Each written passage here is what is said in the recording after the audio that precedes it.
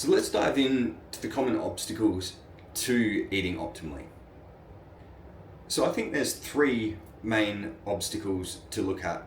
Psychological, missed my hand there, psychological, physiological, practical.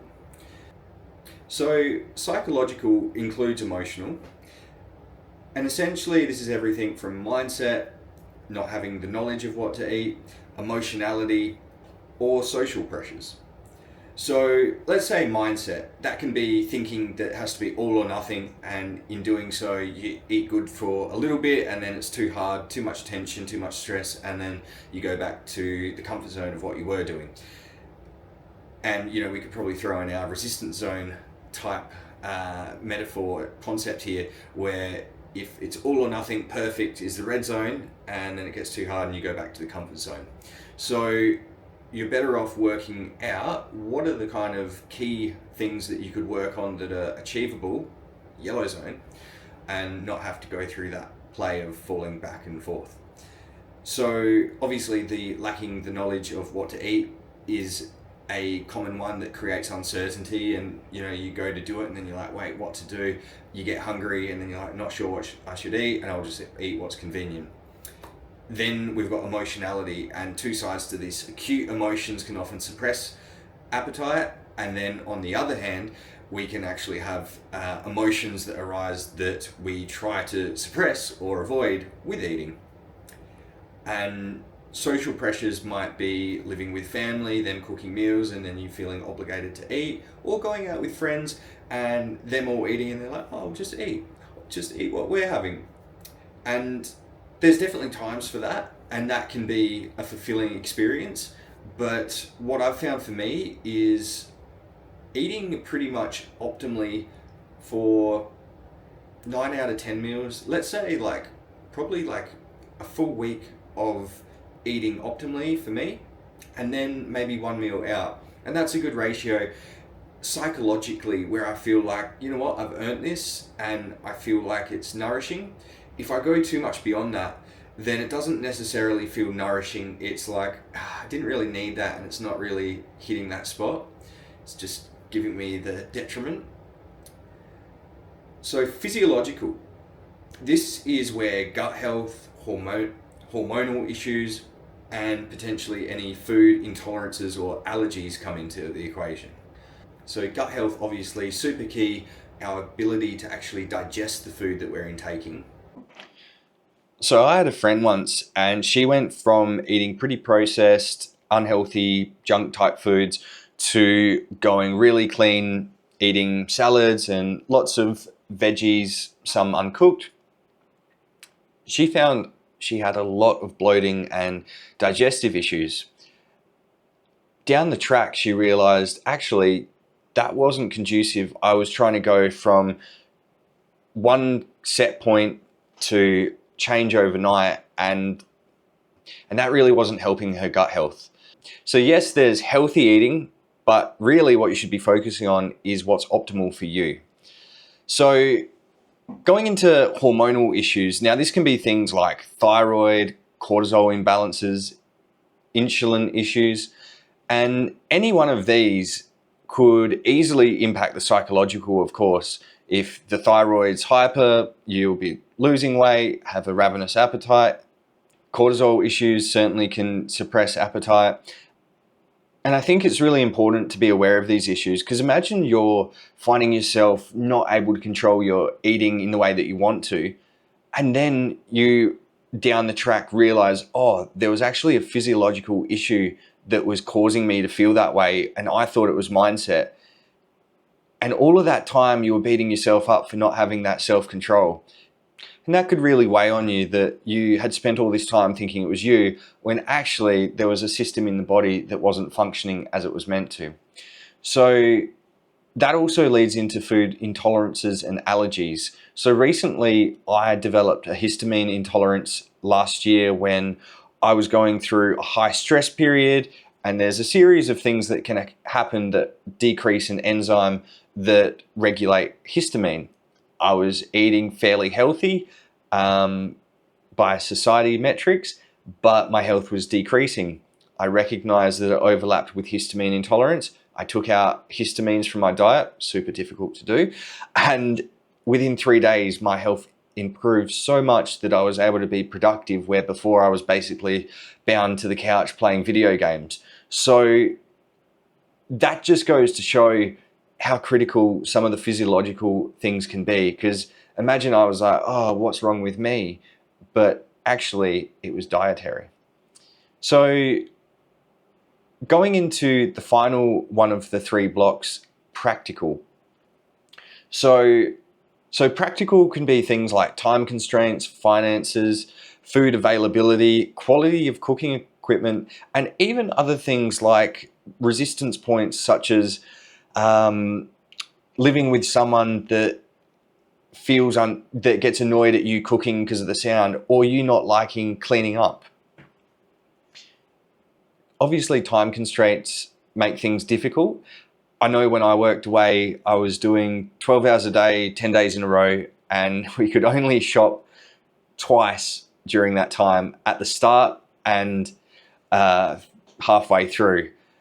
That made things challenging, but I found a way through it. And what I had to do was basically sacrifice an hour in the evening, 2 out of 3 nights, and I only had about 2 hours to myself in the evening. So when time constraints are an issue, sometimes it is a case of working out what's most important. But there are also ways that you can do that more efficiently. For example, I created, and I'll put a picture up now of the way that I did things. So basically like bulk veggies, bulk salad, bulk chicken, and then just like had that for 4 or 5 meals throughout the day. When it comes to finances, then that could be a matter of perhaps organic isn't accessible right now. But just because it's not organic doesn't mean it's not better than a standard Western diet. For example, if you are eating your common supermarket vegetables, that's going to be a massive step up over having Uber Eats for every meal, for example. And just one more thing to touch on there is the low quality cooking equipment. Now, you don't need to get like chef quality $300 pans or anything, but if you've got a pan that's old, that's, needs a heap of scrubbing, that the coating's starting to go, the knives are blunt, that's going to make life so much harder when you try and eat optimally, which often involves cooking for yourself. So that's something to look at. And you can get pretty good cheap options. If you need recommendations, I'm going to work on putting a bit of a set together. And finally, the best way to bring eating into alignment is through organization and discipline. So doing shopping probably twice a week is a good cadence, a good frequency. And do your shopping after eating. Don't go hungry. That's a good tip. What I've found in the past, so a little backstory for me. I went to a naturopath in 2017 and she said, you've got severe adrenal fatigue. And she said, you have to cut out caffeine, nicotine, gluten, dairy, sugar, and alcohol, I think was the last one. All the things. And my diet was not great at that point. I was eating bakery food. I was, drinking weekly, smoking cigarettes, having lots of coffee. Pretty understandable how I drove my health to the ground. But pretty much overnight, I cut those things off because my health was so bad that basically anytime my phone rang or even violent TV, like my nervous system was getting activated. So I had enough pain that the resistance to changing was far less. So the way that I didn't make that feel restrictive was I focused on what I could eat, and I was like, cool, I can eat any vegetable and any amount of protein, salmon, chicken, beef that I want, and I can just go crazy. So I was like getting any vegetable, and I was just getting as many vegetables as I wanted, and really focusing on the abundance that a selection and freedom of choice afforded me. So I think that is a really key way when you approach eating optimally, that you focus on all the things that you can have, and hopefully when you go shopping you get that kind of sense that, oh cool, I get to eat this, not, oh I can't eat that and I have to eat this. So the other key thing is creating a healthy selection of foods so that when you are hungry you have something convenient to go to. I think a lot of us have fallen into, oh, there's nothing healthy to eat, don't know what to make, that's going to take an hour, I'll just eat this thing now because I've waited until I'm really hungry. So either that is starting to cook before you're hungry, or having things available is the solution there. And now one more key thing is prioritizing meals over snacks. I certainly know that when I've gone to a snack type thing because I'm seeking pleasure, and then I've had that, it stopped my hunger for another 3 hours. I've missed out on meals. And so let's say instead of having lunch, I've had a snack. I haven't had my energy intake. I haven't got the micronutrients. It's disrupted blood sugar typically. And then it leaves me feeling worse for it. And if you keep doing that, you get into those blood sugar swing cycles where you're like, oh, cool, up, and then now I'm hungry, snack again, and repeat the cycle. So I think the key with that is to make the meals so tasty and so nourishing that you're not yearning for snacks because you feel satiated. And if you're really having trouble with that, create some healthy-ish snacks that you can have with a meal, and you still get your sense of, cool, I'm having a treat, but it's like, let's say health is here, junk food's here, and it's like midway. So it's not as detrimental as going and having a Snickers bar or whatever, but it's actually still giving you that sense of satiation. And obviously that comes down to dose and the amount that you have.